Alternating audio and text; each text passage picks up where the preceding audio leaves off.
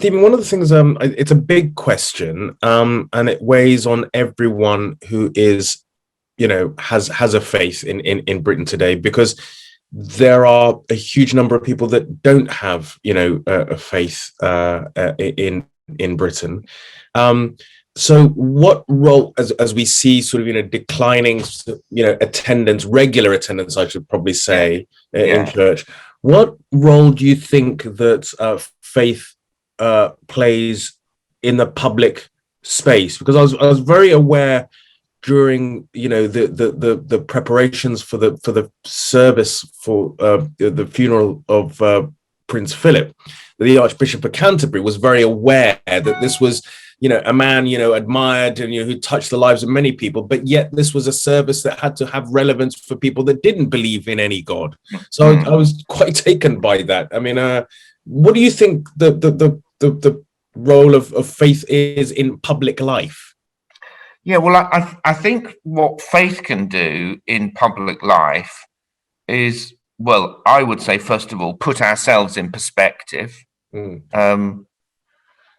to place ourselves in the perspective of not just history, obviously, though faith is good at helping human beings to take a long view. Yeah. But of course, from the perspective of God and God's, what we would call as Christian, God's kingdom. So the prayer that Christians say every day, the Lord's Prayer, begins, "Our Father in heaven, hallowed be your name. Your kingdom come. Your will be done on earth as in heaven." Now that is quite a political statement to make, to say that God's will be done on earth as in heaven. God's will be done on earth as in heaven. So that is a kind of shaping prayer and shaping principle for Christians' activity in the world. And so constantly, at our best, the Christian contribution to that is to say, we are trying to look at our lives, the way we inhabit the earth, the things of the world, from the perspective of God's will and God's kingdom. Yeah.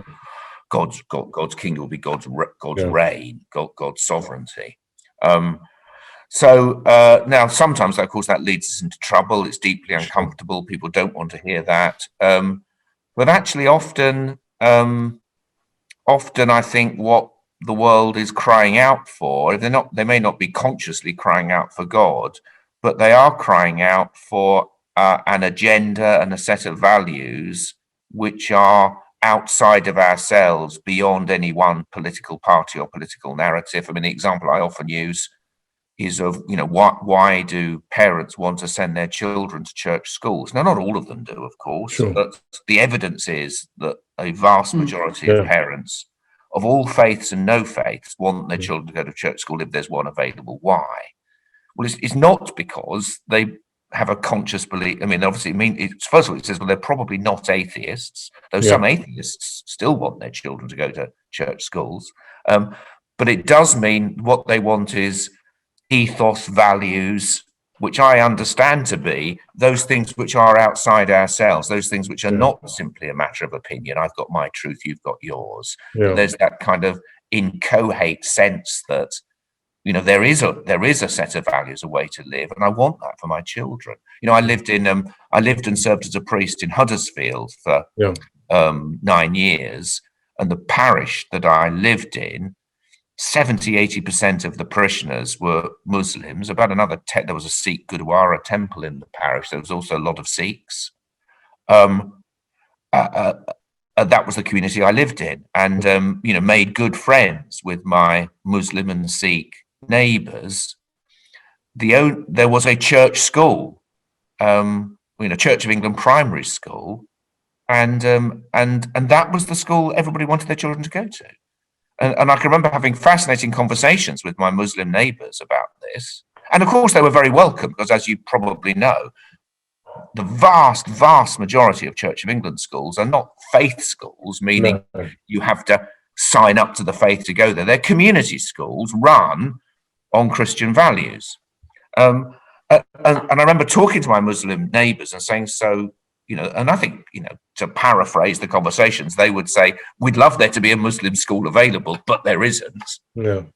But we choose this school because this is the place where God is honored. This is where we recognize that our faith will be honored, where we recognize the values that underpin the life of the school. And frankly, we'd rather they went there than to the so-called state school, which the secular materialists tell us is the sort of the neutral place, much better place. Yeah. But actually, it was the people of other faith traditions who recognized, no, given a choice, we'd rather have the specificity of a church school because God is honored.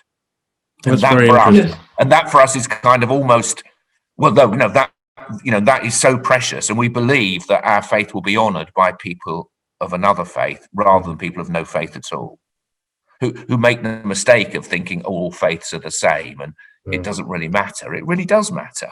Yeah. And therefore, anyway, so I think it's for those reasons that